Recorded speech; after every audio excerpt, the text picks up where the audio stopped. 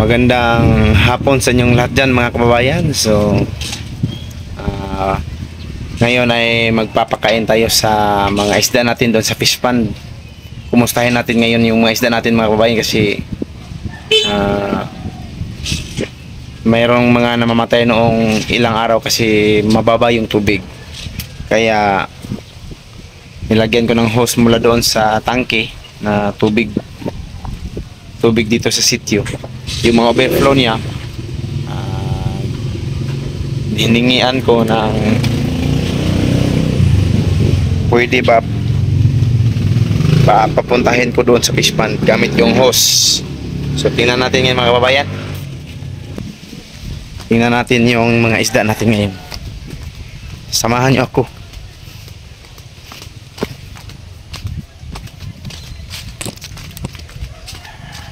So si Ching ngayon, hindi ko nakita si Ching kasi doon siya sa pinsan niya. Kay Ani Landas. Tingnan natin yung mga isda ngayon mga kababayan ha. Ang ingay ng mga alaga ni Papa. Maingay. Andito na tayo ngayon sa fish pond mga kababayan. So tingnan nyo yung tubig dito. Ang ganda talaga ng tubig kasi tuloy-tuloy yung ano niya. Yan. Yan. So malaking tulong po ito mga kababayan para sa ating mga isda. So dahil po sa hulog ng tubig, so posibleng makatulong sa kanila, magkakaroon ng oxygen yung tubig. So tingnan nyo yun, may mga bubbles dahil sa pumapatak na tubig. So malaking pasasalamat ko talaga no sa aking kaibigan na pinsan din ni Ching, si Saddam, yung dating city leader dito sa amin. Kasi siya yung nag-suggest na nakita niya kasi itong fish pond na maliit lang ang tubig. Sabi niya na kunin ko daw yung overflow doon, gamitan ko ng hose para hindi masayang yung tubig kasi yung tubig ay ano lang, andyan lang sa gilid, nahulog, pumapatak. Tingnan nyo, pakainin natin.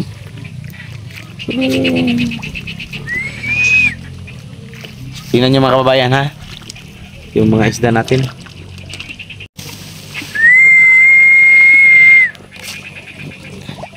Yan, medyo gumalaw yung tubo paglaki nila mga kababayan.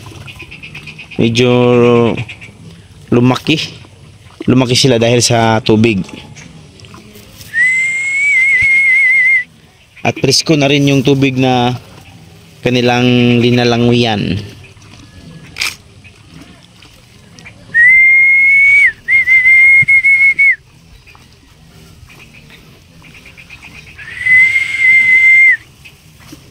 Yan.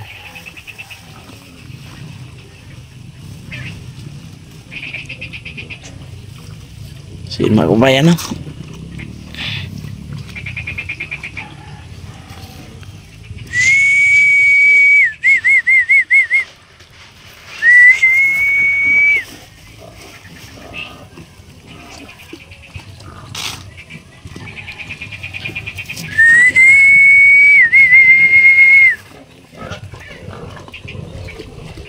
Yan. Parang ang sarap talaga ng feelings nila kasi presko yung tubig na lagi nilang nalalanghap. Kasi malakas na yung main source niya, nagbubbles pa siya mga kabayan no? So magkakaroon ng oxygen yung tubig nila. Yan. Makakatulong talaga ito sa kanila.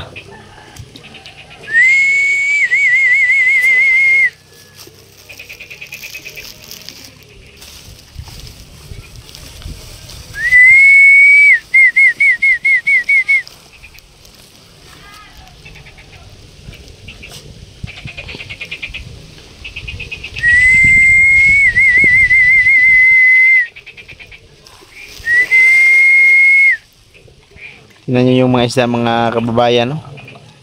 Meron ng mga malalaki. Meron ding mga maliliit.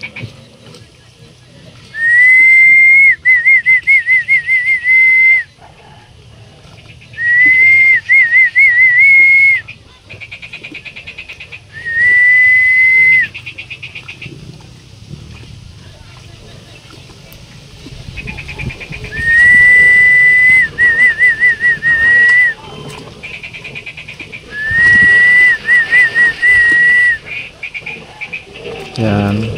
Yung mga malalaki mga kababayan na andyan sa ilalim ng tubig.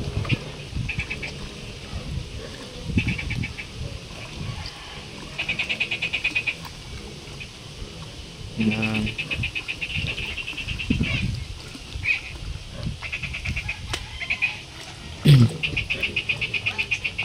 Parang medyo madali silang lumaki ngayon mga kababayan. Dahil po sa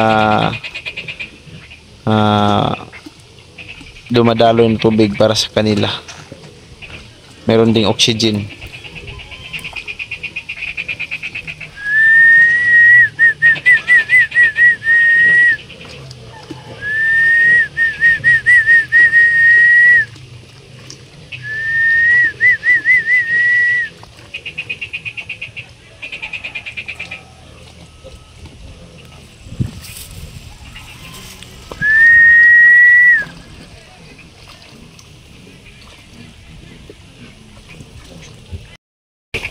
At yan lang po mga kababayan, no?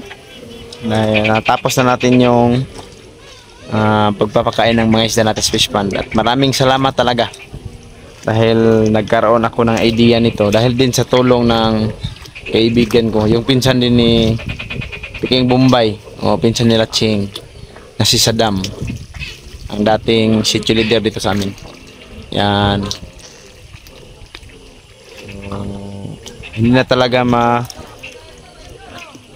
na talaga bumaba yung tubig dahil sa mayroon na tayong main source na hindi palaging mawawala.